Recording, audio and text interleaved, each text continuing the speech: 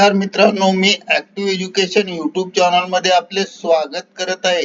आपणासाठी अत्यंत दिलासादायक ब्रेकिंग न्यूजचे स्पष्टीकरण करत आहे. तर चला आपला जास्त वेळ वाया न जाता आजच्या मुख्य ब्रेकिंग न्यूजचे स्पष्टीकरण करूया. मित्रांनो, आजची ब्रेकिंग न्यूज आहे. आजची मोठी खुशखबर, राज्य सरकारी कर्मचाऱ्यांसाठी 3 मोठे GR निर्गमित. 12 वर्षाची थकीत देयक मिळणार, या संदर्भामध्ये बातमीचे स्पष्टीकरण करणार आहोत. चला तर करूया स्पष्टीकरण. नमस्कार मित्रांनो, पुन्हा एकदा आपले हार्दिक स्वागत. आताच्या घडीची सर्वात मोठी ब्रेकिंग न्यूज आहे. कर्मचाऱ्यांना दिलासा देणारी मोठी बातमी. मोठ्या बातमीच्या संदर्भात 3 शासन निर्णय निर्गमित. कोणत्या विभागाने निर्गमित केले शासन निर्णय? कोणत्या कर्मचाऱ्यांना मिळणार थकीत वेतन? याबाबत सविस्तर माहिती जाणून घेण्यासाठी हा व्हिडिओ सुरुवातीपासून शेवटपर्यंत आवश्यक व हमखास पहा. चला तर करूया गुड ब्रेकिंग न्यूजचे स्पष्टीकरण पुढील प्रमाणे. ब्रेकिंग न्यूजचे स्पष्टीकरण करण्यापूर्वी आपण जर ऍक्टिव्ह एज्युकेशन युट्यूब चॅनलवर नवीन असाल तर चॅनलला लाईक, शेअर आणि सबस्क्राईब करायला विसरू नका. चला तर गुड ब्रेकिंग न्यूजचे स्पष्टीकरण करूया पुढील प्रमाणे. शासन निर्णय क्रमांक 1 ची माहिती प्रथम पाहूया. थकीत वेतन देयक अदा करण्याच्या संदर्भात दिनांक 21 जानेवारी 2026 रोजी महत्वपूर्ण परिपत्रक निर्गमित करण्यात आले आहे. हे परिपत्रक शालेय शिक्षण व क्रीडा विभाग यांनी निर्गमित केले आहे.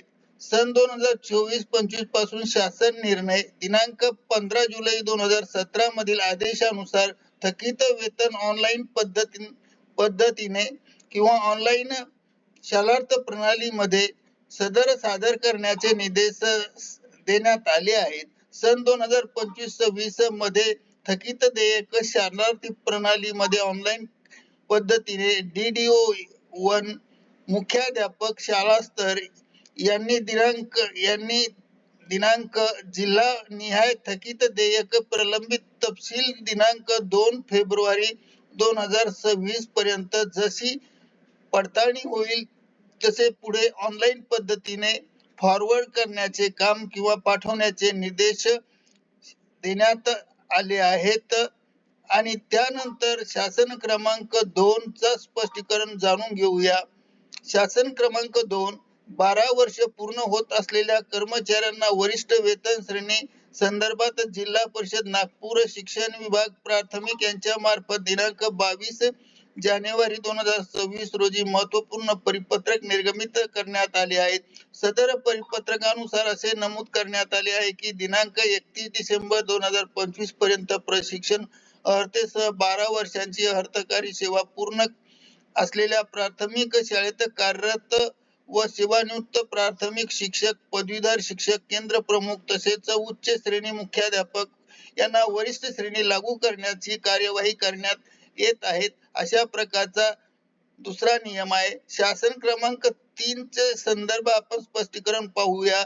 शासन क्रमांक 3, कर्मचाऱ्यांचे शालार्थ प्रणालीमध्ये डिजिटल सर्व्हिस रेकॉर्ड अपलोड करण्याच्या संदर्भात शिक्षण संचालनालयामार्फत 22 जानेवारी 2026 रोजी महत्वपूर्ण शासन परिपत्रक शालेय शिक्षण व क्रीडा विभागामार्फत निर्गमित करण्यात आले आहे. सदर परिपत्रकामध्ये नमूद करण्यात आले आहे की शालार्थ प्रणालीमध्ये योग्य कागदपत्रे अपलोड न झालेल्या कर्मचाऱ्यांचे व त्या शाळेचे मुख्याध्यापक यांचे वेतन व इतर भत्ते तसेच थकीत वेतन, वैद्यकीय बिल 15 फेब्रुवारी 2026 पासून खाजगी अनुदानित शाळांमधील अदा करण्यात येणार नाही असे स्पष्ट नमूद करण्यात आले आहे. म्हणून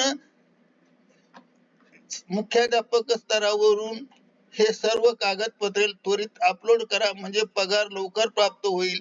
ज्यामुळे शिक्षक व शिक्षकोत्तर कर्मचारी यांचे शालार्थ प्रणालीमध्ये कागदपत्रे DDO-2 शिक्षण अधिकारी, विभागीय शिक्षण संचालक, उपसंचालक, सचिव या स्तरावर रिजेक्ट झाली असल्यास त्याबाबत वैध व अवैधतेचा निर्णय संबंधित क्षेत्रीय अधिकारी यांनी तातडीने देणे अनिवार्य आहे. करिता ऍक्टिव्ह एज्युकेशन युट्यूब चॅनलने आपल्या माहितीस्तव 3 शासन निर्णय स्पष्टीकरण केले आहेत.